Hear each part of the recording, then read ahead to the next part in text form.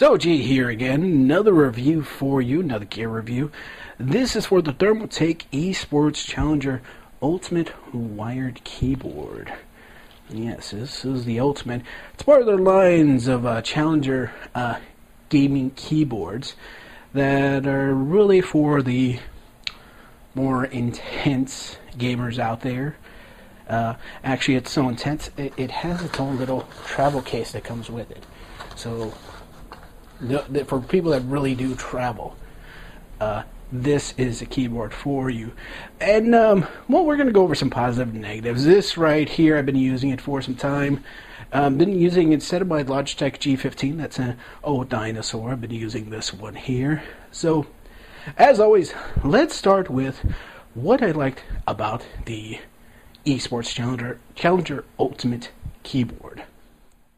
Well, the first thing I like about it, it looks great. It's very sharp. I like the color of it. It's a nice little orange glow. It's not overbearing. It's not something that if it's glowing at night, it's going to keep you up. But as you can see, it's just enough to where you can see the keyboards at night if you're playing in the dark. Over here, you'll see the macro keys. These are the first batch here, and the rest of them over here. Up at the top is all the function keys, as well as the multimedia keys and other macro keys on there that you could use to move the. Well, these are all the multimedia as well. I haven't been able to get it to work with the volume of my computer. Could be driver issues, so be warned about that. Everything though is right up here. Speaking of everything is right up there, let's look at the other great thing about it. I'm going to flip this over and turn it around. Okay, now check that out. Okay, right there, you got your mouse. You got your mic and your headset adapter. You got USB ports there. You got even the smaller USB pin right there. So you got USB, mic and keyboard. Mic and mic and headset, smaller USB.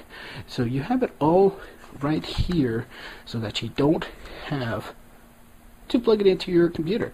It all takes care of it right here. Also, because of that, it has two USB plugs. So you definitely want to be aware of that. And as you saw, disconnects itself right away. So that's why it's also easier to carry around with you. Another very cool thing, I think it's cool. It's kind of gimmicky, but I think it's cool. You saw the put it off right here. This right here, it's a little fan. Yeah, you pop it right on top. I put mine over here on the right hand side. Put it right on there, and then when it's plugged in, it starts spinning. It's not gonna be blowing in your hair type wind, but you put your hand over it, cools it down a little bit. Something to think about. Now, if you notice, my keyboard is a little bit scratched. Part of the ceiling actually came down on it, but hey, that goes to show you, very resilient as well. Part of the ceiling actually fell down on this, and yeah, really, just a couple little discoloration, a couple little scratches. Still works great. Let's talk about what I didn't like about this keyboard. I did mention that I like the design. It's a great looking design. It's nice and everything is all spaced out right. I still would have wanted it bigger. If you notice right here at the bottom, put my hand on top of it, there's no wrist support. See, no wrist support. Do that right there, no wrist support. It's very limp. And when you're used to a nice big sort of long wrist support, and you got half of the space, it kind of gets a little annoying. So I would have liked to seen this bigger. Another key thing, the keys themselves, see if you can see them from there. They're very, very flat. The T and the G, like for example, right there, there's not a difference in height really between them. There's a little bit, not much. Not like the more conventional keyboards. Now that means, of course, it's a part of the design, which again makes it look good, but you kind of lose your spacing. You kind of lose the home keys where to put them because of that.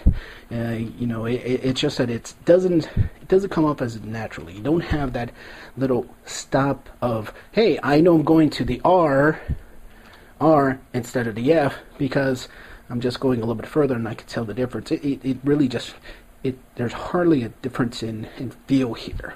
So since it's all flat and smooth, yeah, that made it to where I found myself at just the wrong spacing. I'm so used to not looking at the keyboard, and in this case, I had to look at the keyboard quite a bit. Not all the time, but if I noticed I was doing something wrong in the game, look down, yep, I was up here, or I was over here, I was over here. It didn't have that same feel that you're so used to after so many years.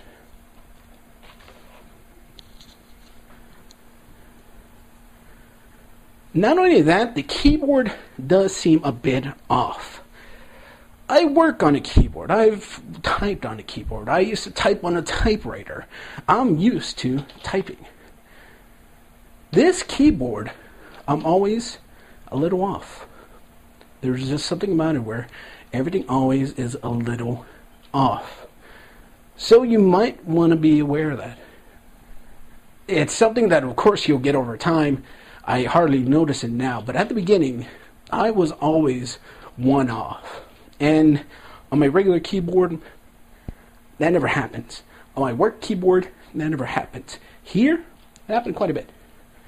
For the first few weeks. After that, hardly noticed it. So, keep that in mind. So what's the final verdict of the Thermaltake Challenger Ultimate wired keyboard? $100. That's what this one is. There's different variations of it. The cheaper ones have a little bit less features, a little bit less options. This one is the $100 one. It's very good for what you get for $100. Problem is that is it worth the $100? Essentially, with this keyboard here, the big function I can see that you're getting really for $100 is that you're getting a lot more functionality in being able to click your mic and keyboard, your mic and your headset right into the keyboard. You get a little more functionality in that sense. Design-wise, again, looks great. But you have to really consider whether that extra bump of $100 is going to be enough to make you want to, well, jump to the $100. For me, it's not worth the jump. I could see myself going for $80, $70 gaming keyboard and be just fine. But those people that want a little bit all-in-one type keyboard, then yeah, you want to pick this up. Everybody else, though, you could probably find a better solution for you in about the $70 range. Keep that in mind. Not a bad keyboard. Good amount for $100.